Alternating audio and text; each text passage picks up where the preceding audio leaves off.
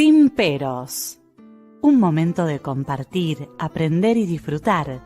Espera lo inesperado con la licenciada Susana Rasinski.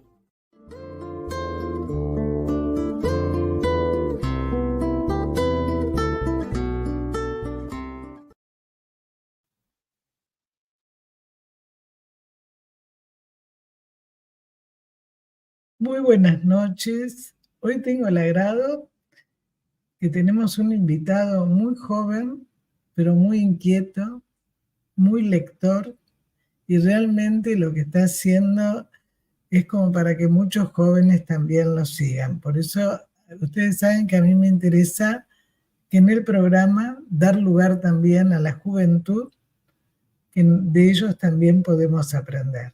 Y en este caso, de Francisco, que es un estudioso sobre varios autores, sobre todo sobre Schopenhauer. Así que bienvenido, Francisco.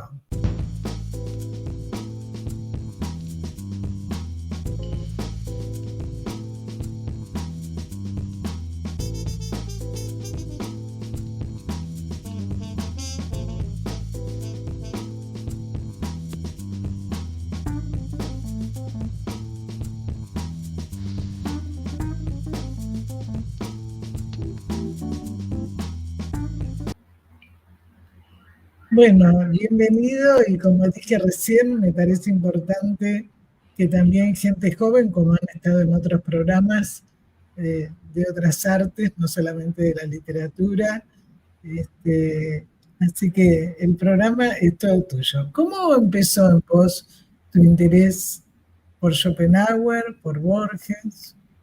Buenas, ¿qué tal, Susana? Antes que nada, muchísimas gracias por la invitación.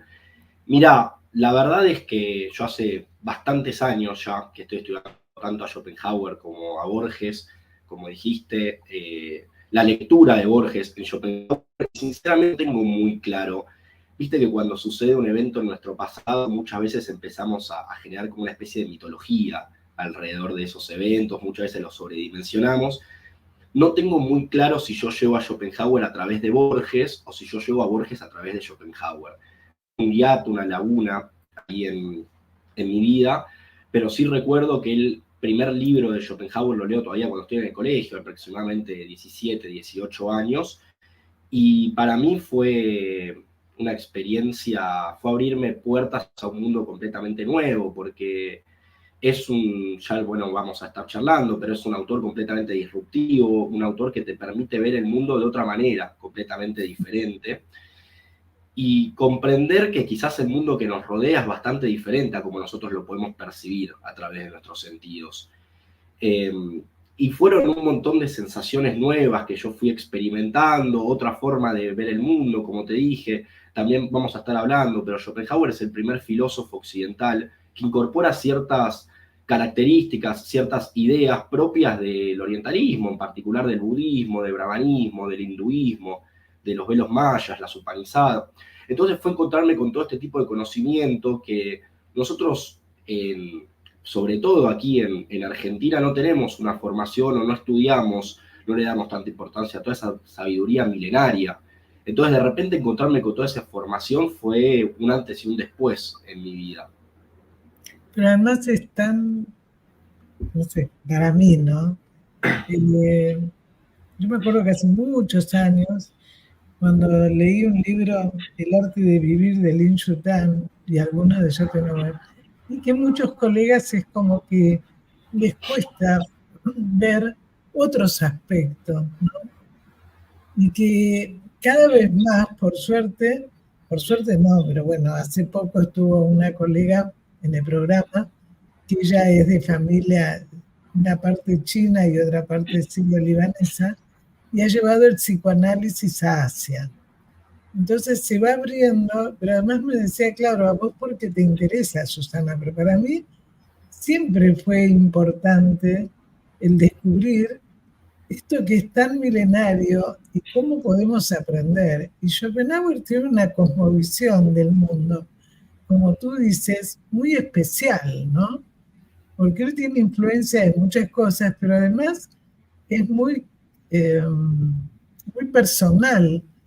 en sus apreciaciones con respecto, bueno, a muchos temas que vas a ir viendo, no vamos a alcanzar todo en un programa, pero desde lo ético, desde lo que es la libertad, ¿no? Y cuando vos decías, ¿de qué realidad estamos hablando? Y ahí se une un poco con Borges, ¿no? O sea, esta idea, ¿cuál es la realidad? ¿Es lo que vemos? Esta idea del movimiento, ¿no? ¿Cómo podrías describir quién es Schopenhauer? Qué linda pregunta, qué interesante pregunta. Sí, lo que te permite Schopenhauer quizás es volver a ver lo mismo, pero de una manera completamente diferente. Entonces me gustaría empezar por el final de tu pregunta, que vos preguntaste por Borges. No Sí. por nada Schopenhauer tiene la influencia que tienen grandísimos artistas, porque no solamente Borges, Tolstoy, Kafka, Dostoyevsky, si pasamos por la música, Gustav Mahler, Freud Freud, también. desde el punto de vista de las ciencias, de las disciplinas más del conocimiento, Freud, en la filosofía Wittgenstein, Nietzsche, Meindler, desde el punto de vista de las ciencias. De hecho, Albert Einstein dijo que un libro de él lo influyó mucho y lo ayudó mucho a comprender el mundo. Entonces, es un autor que tiene una influencia innegable y fue injustamente olvidado en la academia. En las facultades de filosofía, a Schopenhauer, al pensamiento schopenhaueriano y a los seguidores de Schopenhauer, no se los estudia, se los tiene bastante de lado, bastante renegados. Y, bueno, vos preguntabas quién era Schopenhauer. También tenemos que tener en cuenta, acá hay un libro muy interesante de un filósofo ruso, una biografía de Schopenhauer. Después, Francisco, después, sí. Al final del programa, yo quisiera, porque Francisco da cursos también y talleres, y acá no solamente son psicoanalistas, este es un programa que lo ve mucha gente de otros países de América y Europa, pero también hay gente que no es psicoanalista, y creo que también es importante, como cuando está Alicia, ¿no?, nuestra profesora, porque también hay gente que esto es un programa para mí de difusión, ¿no? Y sobre todo como gente joven como vos, le interesa y lo haces con mucho cariño, con mucha inquietud, con mucha fuerza, y eso se transmite. Muchas gracias por tus palabras. Sí, totalmente. Yo te decía que hay una biografía de Schopenhauer que se llama Schopenhauer y los años salvajes de la filosofía. Porque tenemos que ponernos en Alemania, en la Prusia, en la Berlín de 1800. Schopenhauer nace en 1788, el 21 de febrero, y muere en 1860. 80. Y es difícil pensar en otro momento de la historia de la humanidad, quizás solo comparable con la Atenas de Pericles, en el cual se haya producido tanto conocimiento en tan diversas áreas. Y Schopenhauer es un producto de su época, es un producto de la filosofía post-kantiana, de la recepción de la filosofía de Kant, y de todas las discusiones que se van dando en el seno de Alemania en ese momento.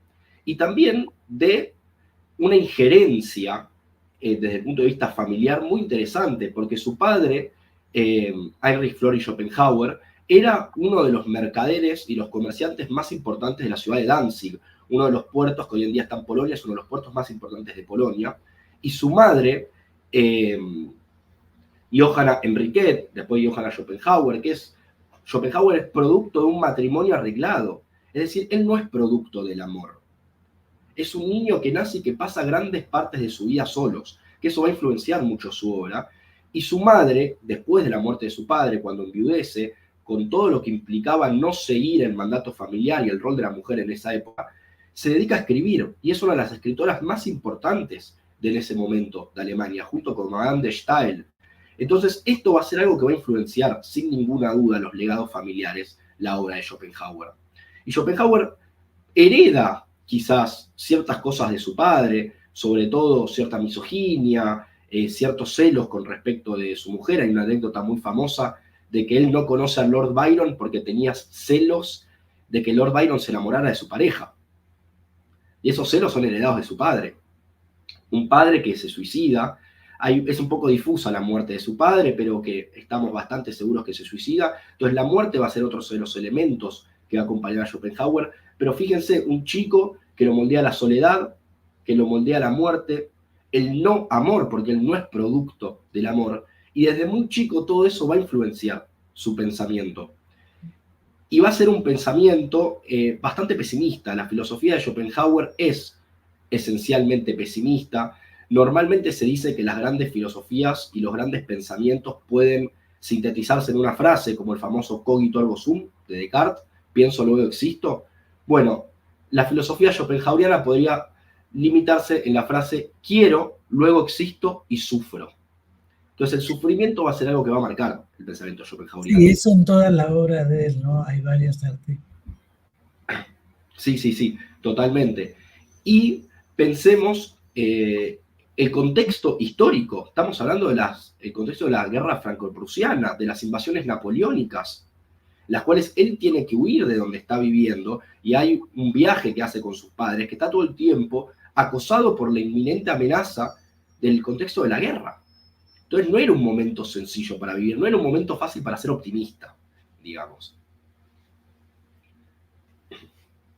Sí, una de las cosas, ¿no? De las influencias de él, ¿no? De Kant, vos nombraste, ¿no?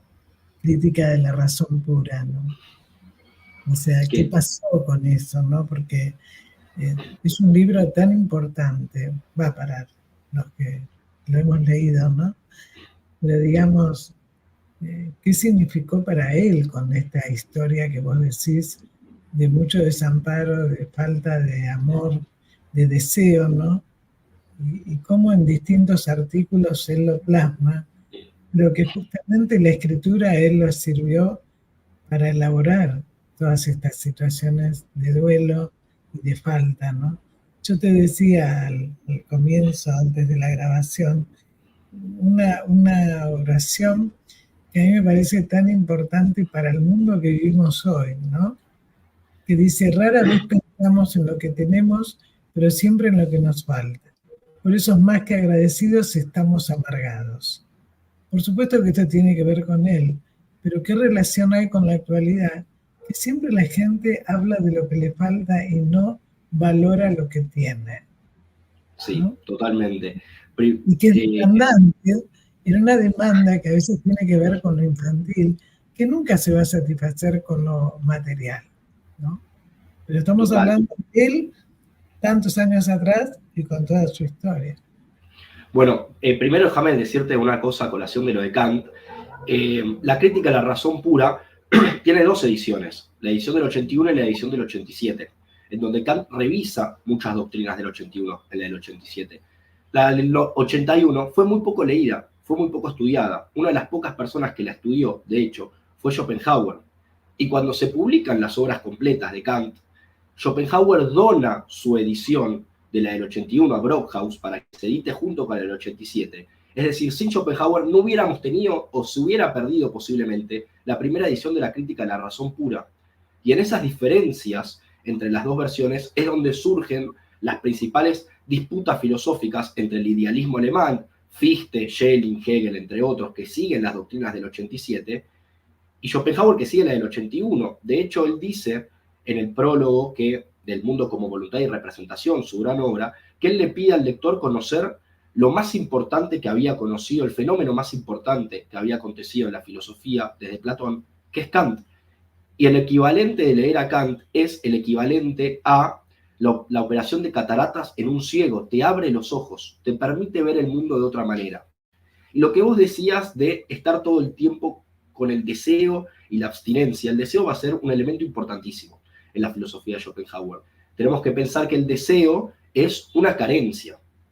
¿Por qué una carencia? Schopenhauer va a decir, y aquí podríamos abrir el abanico para interpretaciones de Freud y de interpretaciones psicoanalíticas, el deseo es una carencia y es algo que nosotros hacemos desde el punto de vista inconsciente, porque viene, después vamos a introducir este concepto que es la voluntad.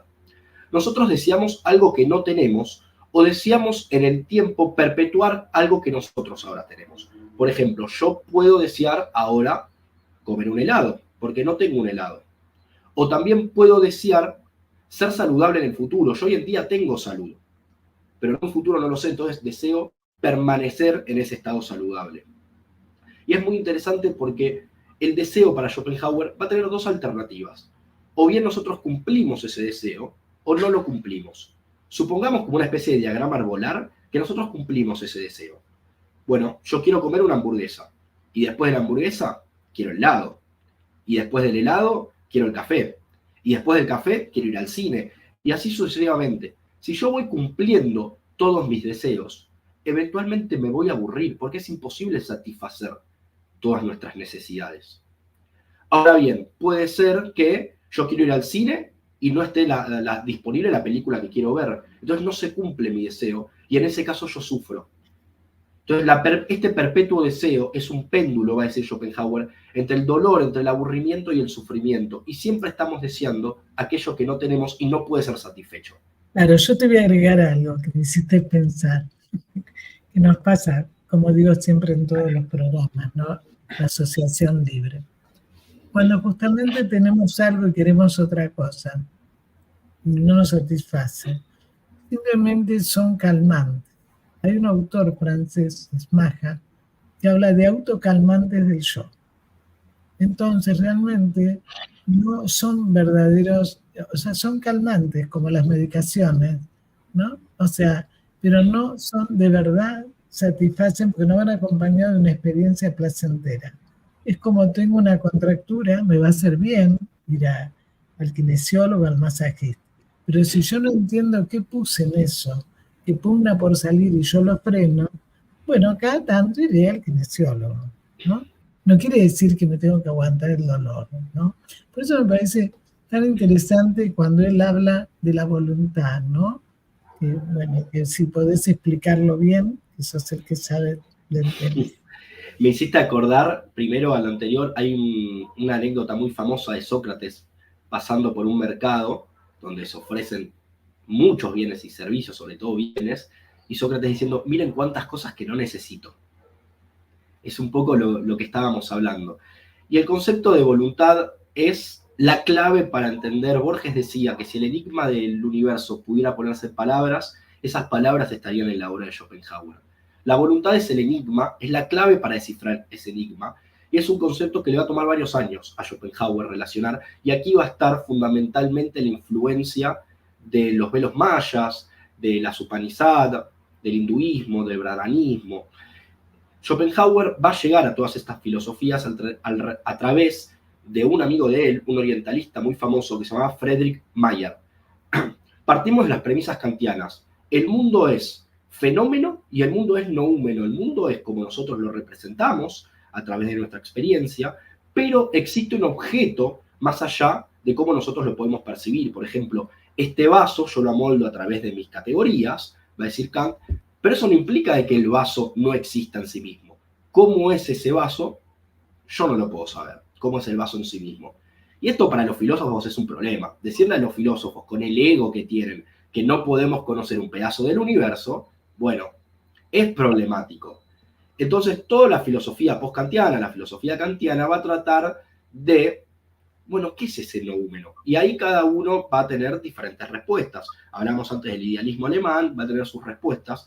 Schopenhauer, a través del orientalismo, va a llegar al concepto de voluntad. En alemán, voluntad, la palabra es Wille. Wille viene del verbo wollen. Wollen es querer, pero los alemanes tienen dos palabras para querer, mochten y wollen. Wollen es un querer más imperativo. Yo quiero algo, necesito algo, y ese algo no depende de otra persona. La voluntad va a ser, la esencia íntima de todos los seres en el universo. La voluntad es aquella sustancia única que se objetiva en todos los seres humanos. No en todos los seres humanos, en todos los seres, en los animales, en las plantas. Y de hecho tiene objetivaciones como las leyes básicas de la física, la gravedad, la ley de sinergia, etc. Son todas objetivaciones de la voluntad.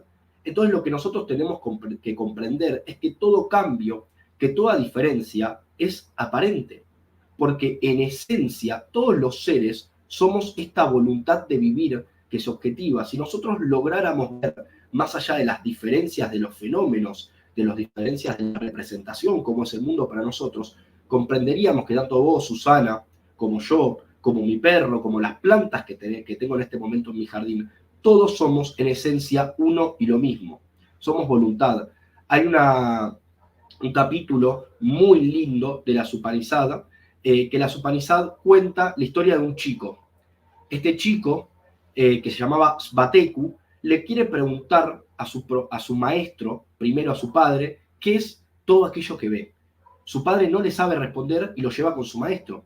Entonces le pregunta, maestro, ¿qué es eso que estoy viendo? ¿Qué es ese perro? Y le dice, Svateku, eso es el Atman, eso eres tú. ¿Qué es esa planta? Svateku, ese es el Atman, eso eres tú. ¿Qué es esa persona? Svateku, eso es el Atman, eso eres tú. Y eso eres tú es algo que va a incorporar y va a repetir hasta el hartazgo Schopenhauer. Comprender que en esencia todos somos uno y todos somos lo mismo. De ahí va a venir, por ejemplo, la ética de la compasión. Comprender que si yo le hago un mal a otra persona, en esencia me estoy haciendo un mal a mí mismo, porque no hay ninguna diferencia entre el otro y yo. De ahí, bueno, podríamos hablar, por ejemplo, Borges, el otro y el mismo, el otro y el mismo. Totalmente. Cuando le critican, dice, usted nombró uno solo. No, uno somos todos. Correcto. Si uno pudiera comprender una rosa, por imposible que fuera, comprendería la totalidad del universo. Entonces, la voluntad es esa idea de la esencia íntima de todo el universo, que es objetiva en todos los seres y que en última instancia somos todos. Eso eres tú. Sí, parece muy simple, pero no lo es, ¿no? Estaríamos mucho mejor si pudiéramos aplicar eso, ¿no? Sí, totalmente. Por eso es tan importante en Schopenhauer. Él tiene un libro que son 2 ensayos, que se llama los dos problemas fundamentales de la ética, en donde esboza esta idea de la ética de la compasión. La ética de la compasión, Schopenhauer, si bien tenía de familia orígenes judíos, él va a descartar sus orígenes judíos y los va a reemplazar con ciertos elementos budistas y sobre todo con ciertos elementos cristianos que tienen que ver con la compasión, con la idea de pensar en el otro. Uno no debería hacerle un mal al otro porque se estaría haciendo un mal a sí mismo. Comprender que todos somos lo mismo. Y muchas veces, y hablabas antes del mundo de hoy, este mundo que está tan inundado por el individualismo, por la competencia. Sí, pero el individualismo, perdón, Francisco, sí, creyendo que es singular y cada vez es más masificado. O sea, se ha perdido justamente la subjetividad, ¿no? Sí, la gente cree que, bueno, yo hago lo que quiero y en realidad se sigue sometiendo. Hay un colega que habla de super yo productivo, ¿no? O sea, de esta sociedad productiva. Es decir, donde se confunde mucho, porque una de las cosas que también él trabaja, ¿no? ¿Qué significa el agradecer al otro? Mira, es una pregunta interesantísima. Es muy interesante, porque nos lleva a abriste muchas puertas. Por ejemplo, abriste la puerta de la libertad. ¿Hasta qué punto nosotros somos libres o lo que nos sucede es porque estamos condicionados, porque estamos destinados a lo que nos sucede, lo que nos acontece? Bueno, Schopenhauer va a decir que nosotros tenemos una ilusión de libertad. Nosotros nos creemos que somos libres, pero no somos libres. Lo único que efectivamente es libre y que es infundado es la voluntad. La voluntad, desde el momento que se objetiva, se introduce en lo que Schopenhauer va a decir el principio de razón suficiente. No es tan así, pero pensémoslo como el principio de causalidad. Toda causa tiene un efecto posterior y así sucesivamente. En verdad no es tan así, pero bueno, a efectos prácticos, dejémoslo así.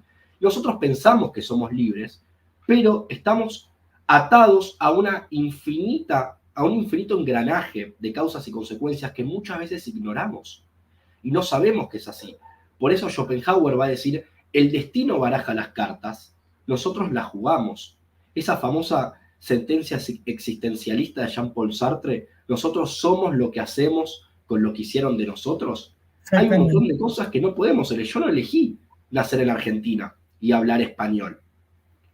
Yo el alemán lo tuve que aprender a la fuerza para poder leer a Schopenhauer en alemán. En cambio, el español, yo nací acá y no lo elegí, y me fue dado. Yo nací en el seno de una familia cristiana. Yo después puedo elegir hasta qué punto tengo fe o no. De hecho, la fe no es un don que me fue dado a mí, diría Borges.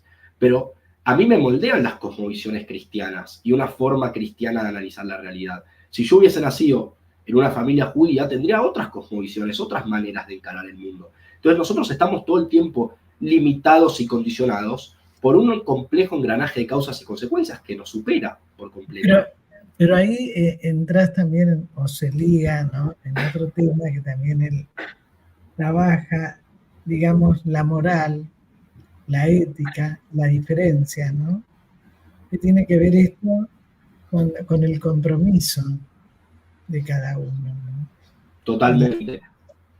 Totalmente. Bueno, Schopenhauer, digámoslo un poco así, era una persona que no valoraba y no le gustaban mucho las otras personas. Hay una anécdota muy famosa de cuando él saca a pasear a su perro, Atman, que él dice cuando se portaba mal, le dice, no te comportes como un humano. Entonces, en la filosofía schopenhaueriana va a primar en gran parte el egoísmo, va a primar la individualidad, va a primar la soledad, porque Schopenhauer decía que hay muy pocas personas que son dignas de envidia, pero cuántas son de lástima. Y él pone en el cuarto libro del Mundo como Voluntad y Representación unas pocas personas a lo largo de la historia de la humanidad que él denomina santos, pero no pasa tanto por la idea de la santidad del cristianismo, sino que el Buda también es un santo, que son aquellas personas que a través de un proceso de ascetismo y de una profunda investigación hacia adentro de uno mismo, lograron ver esto que hablábamos antes, lograron ver más allá de la individualidad, lograron ver más allá del velo maya, esta idea de un velo maya que recubre toda la individualidad, que nos impide ver que en esencia todos somos lo mismo.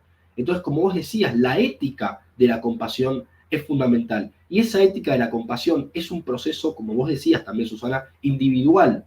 Es un proceso que cada uno tiene que hacer para sí mismo y lograr ver a través de sus acciones de no perjudicar a un otro, de no hacerle un mal a un otro, porque en esencia se lo está haciendo a uno mismo. Y eso es muy difícil en un mundo en el que vivimos hoy en día, en el cual está todo sustentado y sobre todo la economía mundial está sustentada en gran medida por el deseo. Todo el tiempo está incentivando este deseo y todo el tiempo necesitar cosas nuevas porque lo que teníamos el año pasado ya es obsoleto.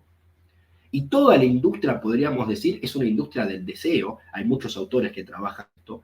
Comprender que quizás no necesitamos cambiar el celular todo el año. Te agrego ahí algo. Sí, los que hemos estudiado también marketing y demás, se centra en el deseo inconsciente sin culpa.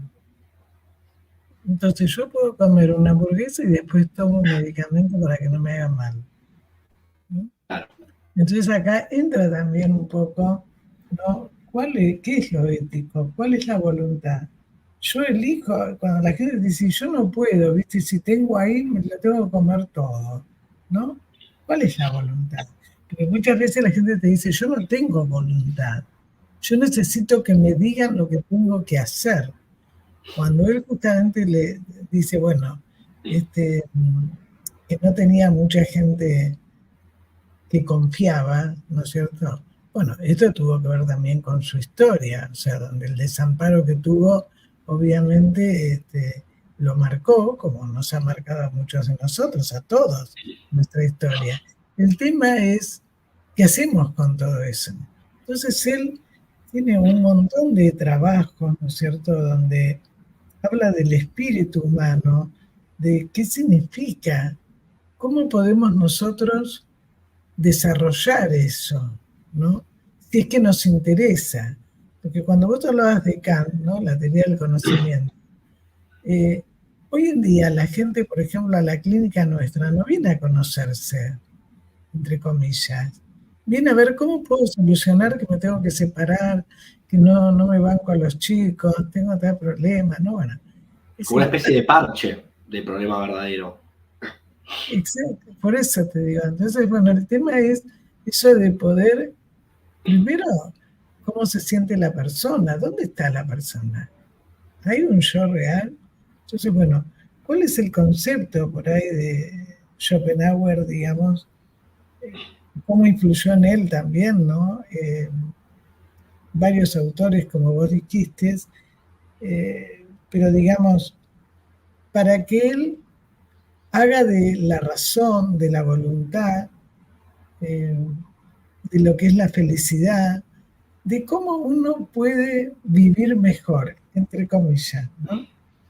Pero no negando, Sí, sino mira, conociéndola, ¿no? es interesantísimo todo esto que vos estás contando, porque a mí constantemente me preguntan cómo puede ser que vos le dediques tanto tiempo de tu vida a estudiar a una persona que dice que el mundo es dolor y sufrimiento, que nos asemejamos, él va a decir, a corderos esperando que el matarife venga.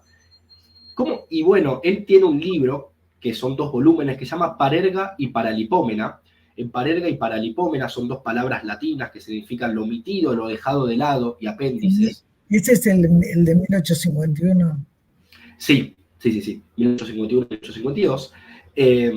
O sea, sobre el final de su vida, cuando empieza a ser reconocido, es a través de Parerga y Paralipómena. Y él tiene en el primer volumen de Paralipómena, de Parerga y Paralipómena, tiene un ensayo que se llama la Eudemonología. De hecho, se vendió por separado y se puede conseguir ese libro por separado. Eudemonología, el arte de ser feliz.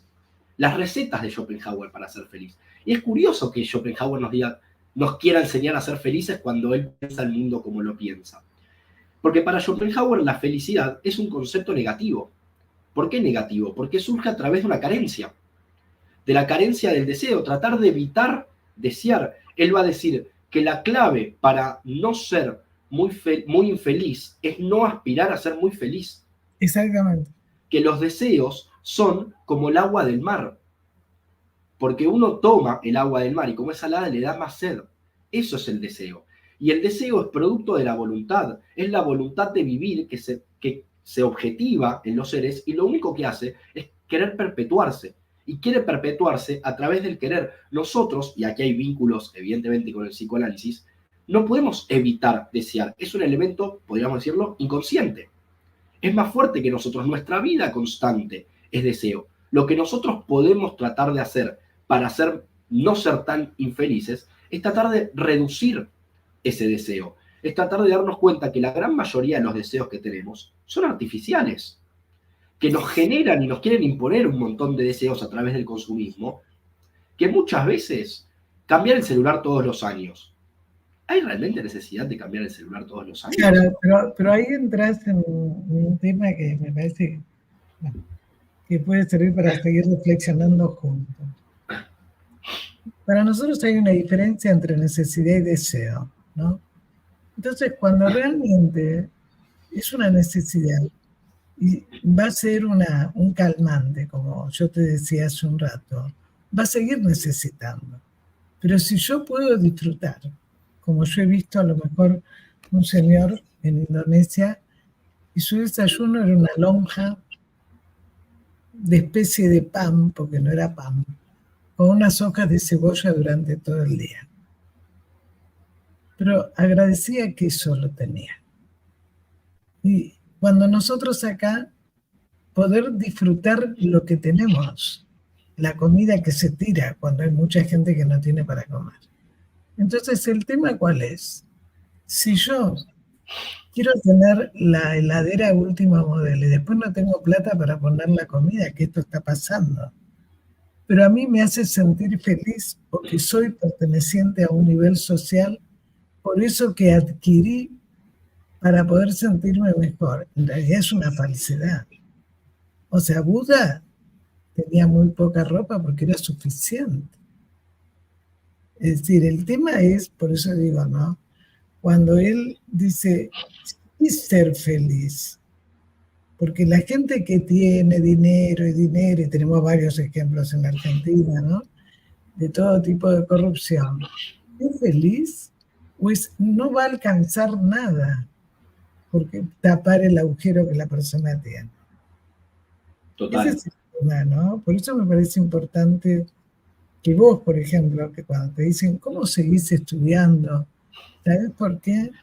Porque hay una experiencia placentera que eso va unido al aprendizaje.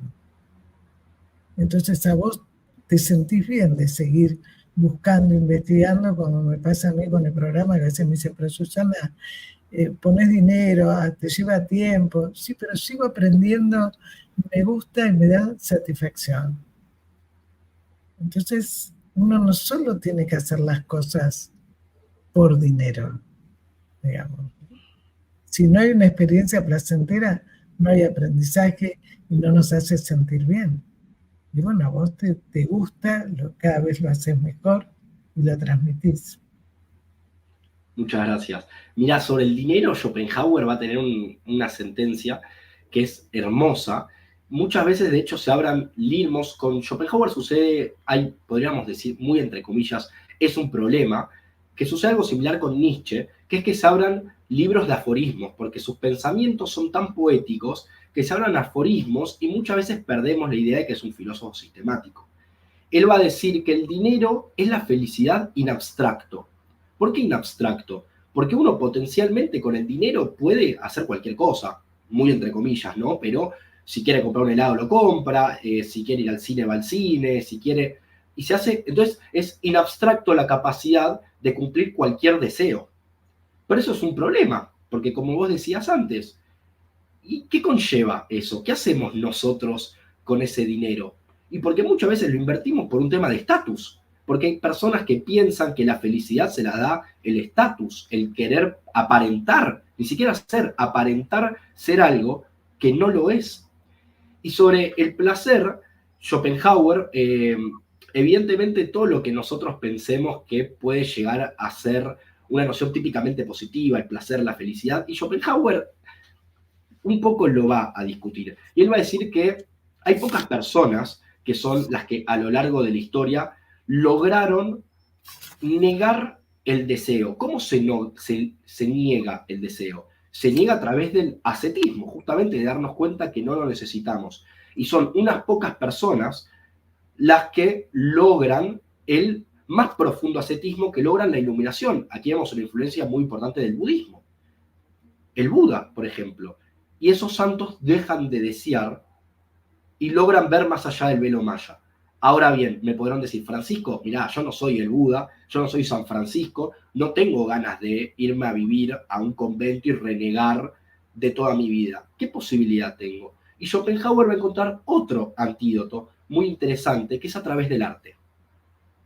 A través del arte y de las expresiones artísticas, Schopenhauer va a decir que por un momento, y creo que todos hemos tenido esta experiencia casi desde el punto de vista de una epifanía, de ver un cuadro, ver una exposición artística y por un momento meternos dentro de ese cuadro y olvidarnos de nuestra individualidad y comprender lo que quiso transmitir el artista.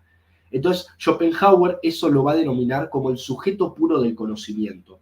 Ese momento en el cual a mí me pasó, tuve la suerte, por ejemplo, de ir al Louvre y ver la libertad guiando al pueblo. Y fue un segundo que yo me metí en la libertad guiando al pueblo y por ese segundo me olvidé que yo era Francisco Migale, me olvidé de todos mis problemas, me olvidé, va a decir Schopenhauer, del sufrimiento.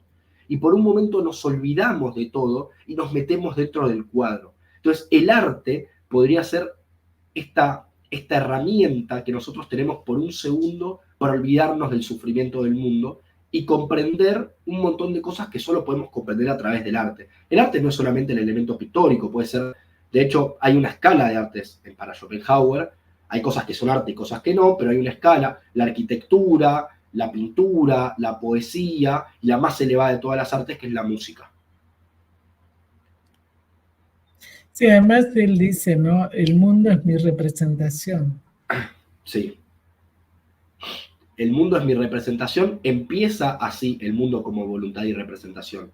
El primer libro, la primera línea, el mundo es mi representación, y eso es una verdad para todo sujeto que conoce. Es muy interesante porque el mundo, como voluntad y representación, empieza con la palabra mundo y termina con la palabra nada. El mundo es mi representación. ¿Qué significa esto? Y es una sentencia interesantísima. Significa, retomando los elementos kantianos, que nosotros hacemos del mundo, la palabra en alemán es Vorstellung, representamos el mundo a partir de nosotros. Schopenhauer no parte ni del sujeto ni del objeto, parte de la representación, porque la representación presupone un sujeto y presupone un objeto que es representado, que el sujeto tiene que representar, pero a su vez el sujeto representante necesita de la representación, porque si no, no sería un sujeto representante. Significa básicamente que cada uno va a moldear y a cortar el mundo de acuerdo a sus propias tijeras. Y vos podés tener tu representación del mundo y yo puedo tener mi representación del mundo. Por eso, a partir de Kant, se inaugura un paradigma de la filosofía que es el constructivista. Cada uno construye su mundo a partir de, bueno, las herramientas que cada uno tiene disponible. Pero no nos olvidemos, ese mundo que es representación y que aparentemente es múltiple, es diferente, es cambiante, no es más que eso, es representación.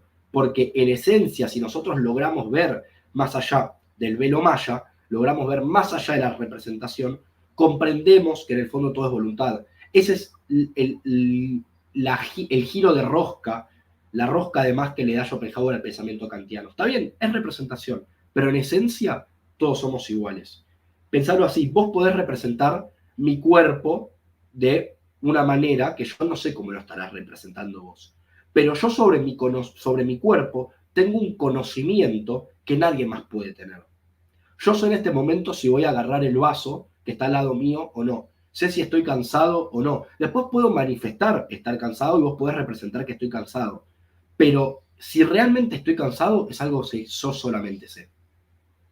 Claro, el tema es hoy, actualmente, cuánta gente hay que ni siquiera percibe no solo quién es, sino su cuerpo, fundamentalmente, y cree que es, ¿no? En base a lo que le dicen que es.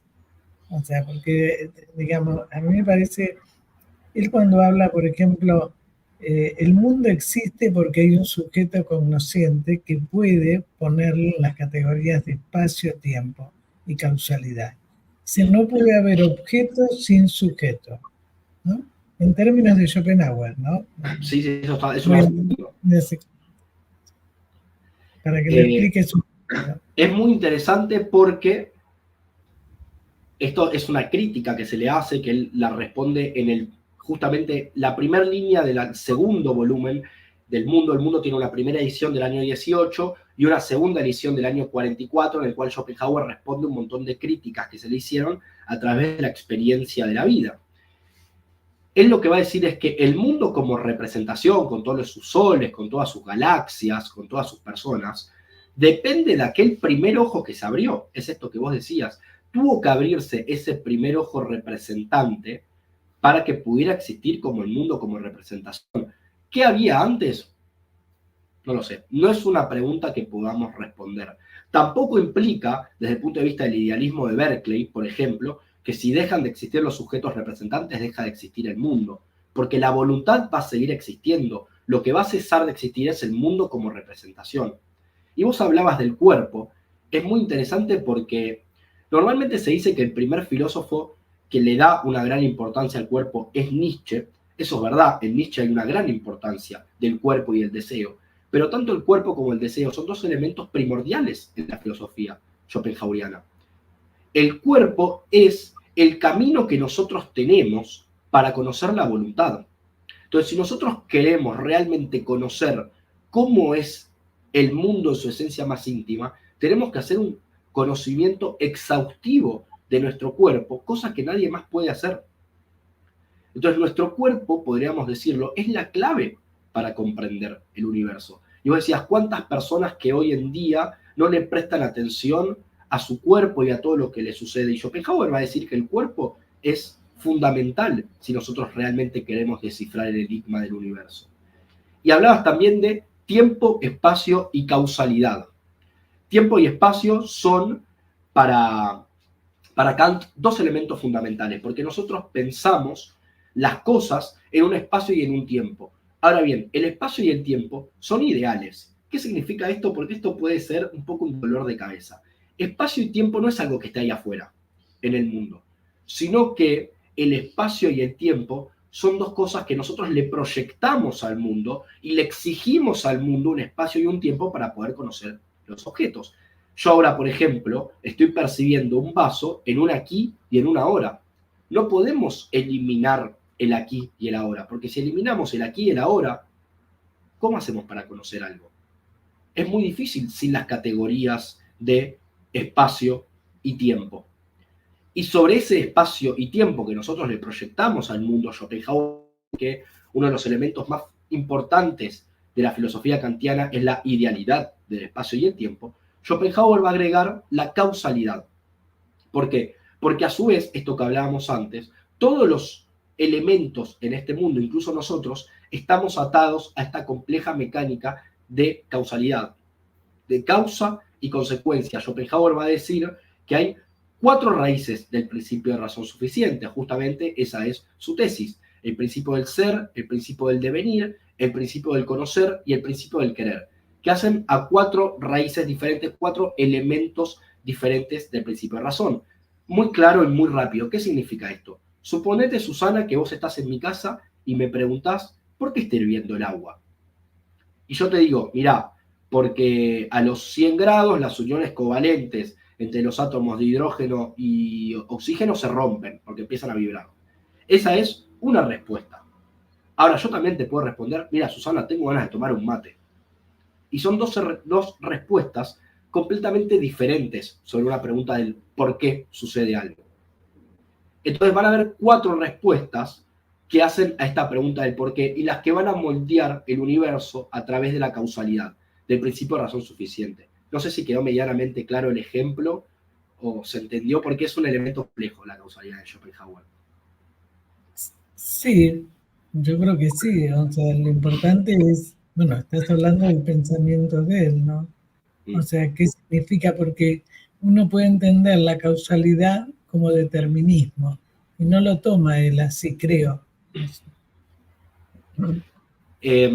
La causalidad tiene múltiples elementos y de hecho Schopenhauer va a mutar dentro de su obra. El Schopenhauer de su tesis doctoral no tiene nada que ver con el Schopenhauer de sus últimos libros. No tiene nada que ver, hay diferencias. El último Schopenhauer va a ser completamente determinista. Va a creer que todo lo que sucedió, sucedió como sucedió y no podría haber sucedido de otra manera. Porque lo único que es efectivamente libre es la voluntad. El Schopenhauer de su tesis doctoral es diferente, porque todavía no había encontrado el concepto de la voluntad. Su tesis doctoral es del año 13 y el concepto de voluntad va a surgir a partir del año 15, a partir del año 16. Claro, entonces pero hay una mutación. Sí, perdón. Mirá lo que decís, que me parece muy interesante.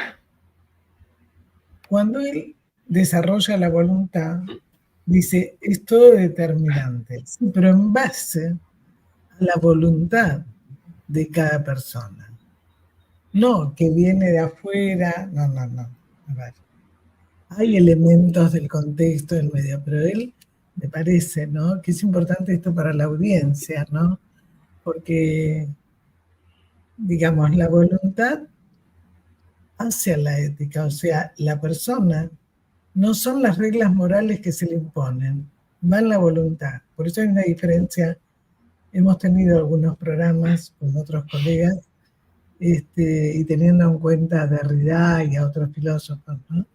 O sea, la diferencia entre voluntad y ética, entre moral, y ética, ¿no?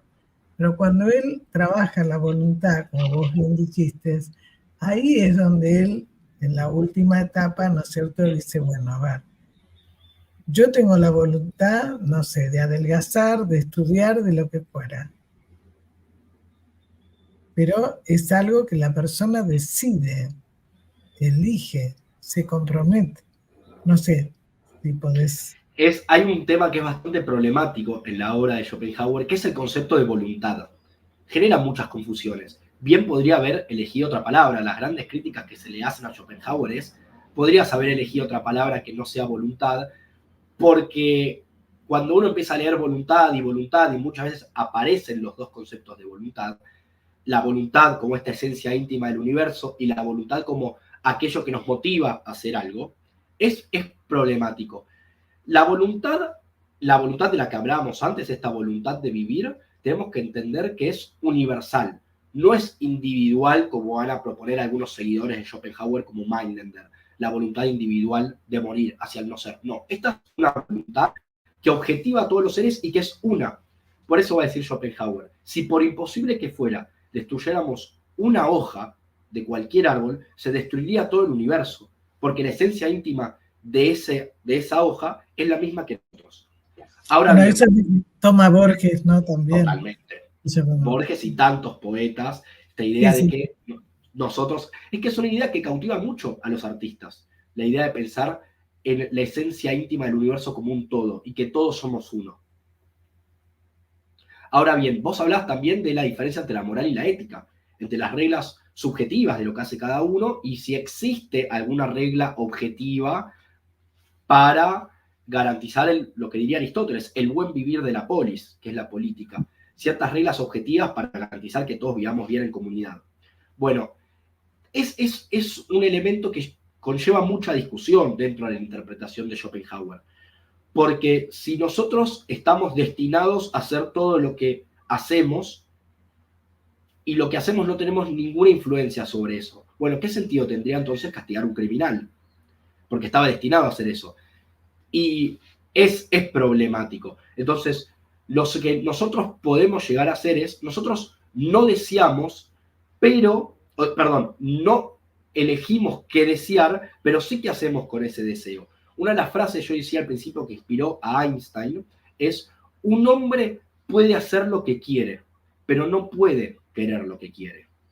Yo no puedo elegir desear, sí puedo elegir qué tipo de deseos tengo. Entonces yo puedo elegir esta ética de la compasión, la regla de no hacerle un mal a otro ser humano, porque yo comprendo que otro ser humano soy yo, pero también puedo hacerle un mal y hacerlo sufrir. Y eso en última instancia es una elección del ser humano. Entonces está ese grado de libertad del ser humano de tener que comportarse de una manera ética justamente a través de la compasión. La compasión va a ser la clave de todo comportamiento del ser humano. Es no hacerle un mal a otro porque ese mal también te afecta a vos. Esa me parece que es la idea central detrás de todo. Eso eres tú. Entonces, no es tanto como proponen las ideas éticas o morales del siglo XX, no hacer un mal porque la otra persona sufre. Bueno, evidentemente la otra persona sufre, pero desde el egoísmo schopenhaueriano es, ¿te estás haciendo un mal a vos? No lo hagas porque te estás haciendo un mal a vos. Y creo que eso es lo importante. Mira, se nos fue el programa, quedan 7 minutos, te dejo para que vos lo cierres, como que te parezca, pero además también, ¿por qué no comentás los cursos que estás dictando, los talleres, y después cerramos el programa con lo que vos consideres? Y te agradezco, por supuesto. Antes que nada, muchísimas gracias a vos, Susana, y a toda la producción por este programa. Realmente es muy, muy lindo. He tenido la oportunidad de escuchar otras emisiones, por ejemplo, la de Alicia Ardila, muy recomendable, maravilloso. Bueno, ¿por qué estudiar a Schopenhauer? Me parece que es una pregunta que tiene dos respuestas, una corta y una larga. La respuesta corta es porque influenció a tantos artistas, poetas, literarios, científicos, antes hablabas de Freud, por ejemplo, filósofos, etcétera, que es un disparador enorme y muchas veces injustamente olvidado. No se le da mucha importancia al pensamiento schopenhaueriano. Y después, ¿por qué? La respuesta más larga, que conllevaría todo un estudio exhaustivo, es porque nos permite ver el mundo de otra manera, con otras categorías, volver a pensar lo mismo de una manera diferente y cuestionarnos un montón de cosas que hacemos hoy en día que quizás no sabemos por qué las hacemos. Y en Schopenhauer podemos encontrar una sabiduría en cada página de su obra que es realmente envidiable. Yo nunca termino de leer a Schopenhauer, nunca termino de aprender de él, me nutro de él todos los días. Y si uno le hace las preguntas pertinentes y correctas a la hora de Schopenhauer, creo que va a encontrar respuestas exhaustivas y muy bonitas. Así que los invito a leer a Schopenhauer. Bueno, yo mis redes sociales, tengo un Instagram que es filosofando a ciegas con un guión bajo al final. Y a partir de... Sí. Perdón, un poquito más lento para que Adriana a ver si lo puede poner en la pantalla.